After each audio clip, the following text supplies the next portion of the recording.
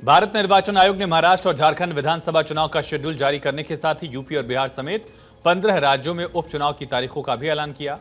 UP Bihar में 13 नवंबर को उपचुनाव होंगे। चुनाव के परिणाम 23 नवंबर को आएंगे। चुनाव आयोग दिल्ली के विज्ञान भवन के प्लेनरी हॉल में दोपहर 3:30 बजे प्रेस कॉन्फ्रेंस में चुनाव की तारीखों का ऐलान किया गया। सबसे पहले आप भारत के मैप के जरिए देखिए किस राज्य में कितनी सीटों पर चुनाव होना है। केरल की वायनाड लोकसभा सीट के साथ 13 राज्यों की 47 विधानसभा सीटों के लिए 13 नवंबर को उपचुनाव होंगे। महाराष्ट्र की नांदेड़ और उत्तराखंड की केदारनाथ विधानसभा सीट के लिए 20 नवंबर को उपचुनाव होंगे। नांदेड़ लोकसभा सीट के लिए उपचुनाव होगा। वहीं वायनाड लोकसभा सीट 13 नवंबर, नांदेड़ लोकसभा सीट 20 नवंबर वोटिंग होगी और केदारनाथ में विधानसभा सीट के लिए दरअसल 20 तारीख को मतदान होना है। तो महाराष्ट्र और झारखंड में विधानसभा चुनाव की तारीखों का ऐलान हो गया है। महाराष्ट्र में सिंगल फेज में 20 नवंबर को वोटिंग होगी। झारखंड में 2 फेज में 13 और 20 नवंबर को वोट डाले जाएंगे। दोनों ही राज्यों के नतीजे 23 नवंबर को आएंगे। महाराष्ट्र विधानसभा का कार्यकाल 26 नवंबर और झारखंड का कार्यकाल 5 जनवरी 2025 को खत्म हो रहा है। महाराष्ट्र में नामांकन शुरू हो जाएगा 22 अक्टूबर से। आखिरी तारीख होगी नामांकन की 29 अक्टूबर और वोटिंग होगी 20 तारीख को। नतीजे आ जाएंगे 23 नवंबर को। निर्वाचन आयोग ने झारखंड विधानसभा चुनाव की तारीखें घोषित की। मुख्य चुनाव आयुक्त राजीव कुमार ने प्रेस कॉन्फ्रेंस के दौरान कहा कि सभी 81 विधानसभा सीटों पर 2 फेज में वोटिंग होगी। वोटों की गिनती 23 नवंबर को होगी। झारखंड में पहले चरण का मतदान 13 नवंबर को होगा। दूसरे चरण की वोटिंग 20 नवंबर को होगी। पहले फेज में 43 सीटों पर और दूसरे चरण में 38 सीटों पर वोटिंग होगी। झारखंड में चुनाव का ऐलान 81 सीटों के लिए किया गया है। 2 फेज में चुनाव होंगे। पहले चरण के लिए 18 से 25 अक्टूबर तक नामांकन होगा। 13 नवंबर को वोटिंग होगी और दूसरे फेज के लिए 22 से 29 अक्टूबर तक नामांकन होंगे, जबकि वोटिंग होगी 20 नवंबर को। 23 नवंबर को झारखंड में रिजल्ट आ जाएगा महाराष्ट्र के साथ ही। उत्तर प्रदेश विधानसभा उपचुनाव की तारीखों का भी ऐलान हुआ। महाराष्ट्र और झारखंड विधानसभा चुनाव के साथ उपचुनाव का भी शेड्यूल जारी किया गया है। यूपी की 9 सीटों पर 13 नवंबर को वोटिंग होगी। नतीजे 23 तारीख को आएंगे। हालांकि अयोध्या जिले की मिल्कीपुर सीट पर वोटिंग का ऐलान नहीं किया गया है। हाईकोर्ट में मुकदमा लंबित होने के चलते इलेक्शन कमीशन ने मिल्कीपुर उपचुनाव की तारीख घोषित नहीं की। जिन सीटों पर उपचुनाव होना है उनमें सपा और भाजपा में कौन कौन से दलों को कितनी सीटों पर जीत मिली थी 2022 में, ये भी समझिए। 9 सीटों पर 13 नवंबर को वोटिंग होगी और सीसामऊ सीट सपा ने जीती थी। कटहरी, करहल, मिल्कीपुर हालांकि ऐलान नहीं किया गया और कुंदरकी पर सपा ने जीत दर्ज की थी। जबकि फूलपुर, गाजियाबाद, मझवा, निषाद पार्टी जो कि बीजेपी की सहयोगी है, खैर, और मीरापुर, आरल्ली जो कि बीजेपी की सहयोगी है, यानी ये 5 सीटें एनडीए और बाकी 5 सीटें जो हैं वो सपा ने जीती थी। राजस्थान की भी खाली 7 विधानसभा सीटों पर उपचुनाव की तारीखों का ऐलान किया गया। चुनाव आयोग महाराष्ट्र और झारखंड के विधानसभा तारीखों के साथ ही उपचुनाव में राजस्थान के लिए भी घोषणा की गई। राजस्थान की 7 सीटों पर उपचुनाव 13 नवंबर को होंगे। 23 नवंबर को नतीजे आएंगे और राजस्थान में जिन 7 सीटों पर चुनाव होना है उसका कारण आपको बताते हैं। उपचुनाव का कारण झुंझुनू में कांग्रेस विधायक ब्रिजेंद्र ओला का सांसद बनना है।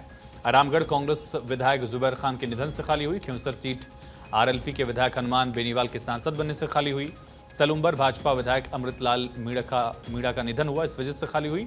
और 84 बीएपी विधायक आराचुमा रोड के सांसद बनने से खाली हुई।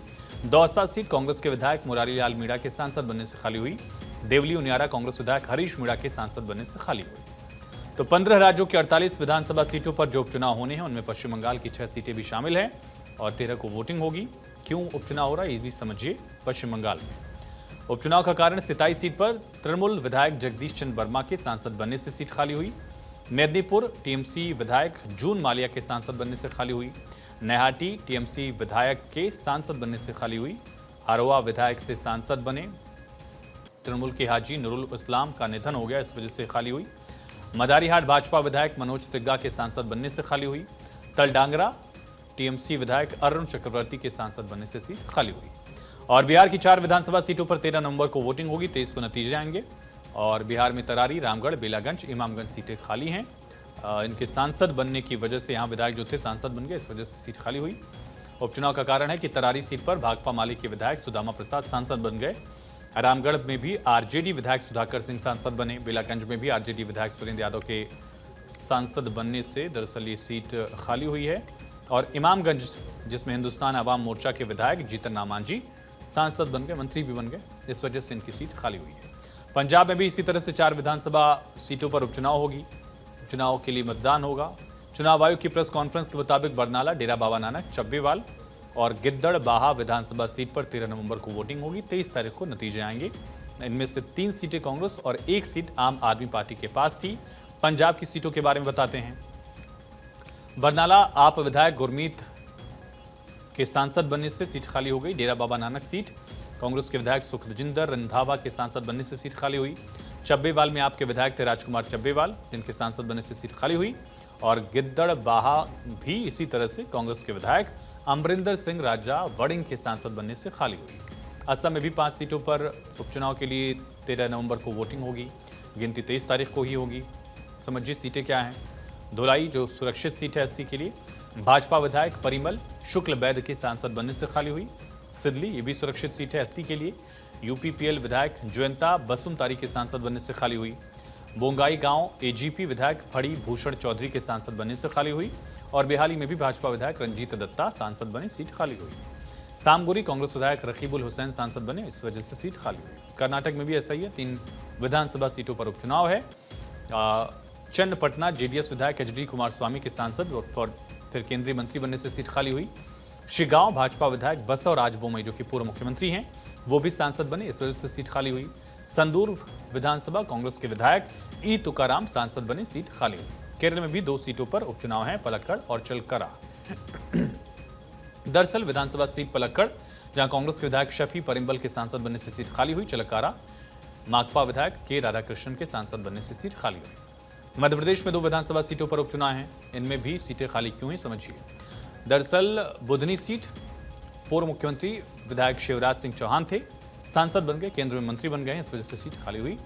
और विजयपुर कांग्रेस विधायक रामनिवास रावत के इस्तीफे से सीट खाली हुई थी, इस वजह से यहां चुनाव हो रहा है। सिक्किम में भी 2 विधानसभा सीटों पर उपचुनाव है और ये सीटें हैं नामची सिंघी थांग एसकेएम विधायक कृष्णा कुमारी रॉय के इस्तीफे से सीट खाली हुई। सोरेंग चाकुंग एसकेएम विधायक प्रेम सिंह तमांग के इस्तीफे से खाली हुई। अब बात उन राज्यों की जहां 1-1 सीट पर उपचुनाव है। ये राज्य हैं गुजरात, उत्तराखंड, मेघालय, छत्तीसगढ़। क्यों हो रहा उपचुनाव ये भी समझिए।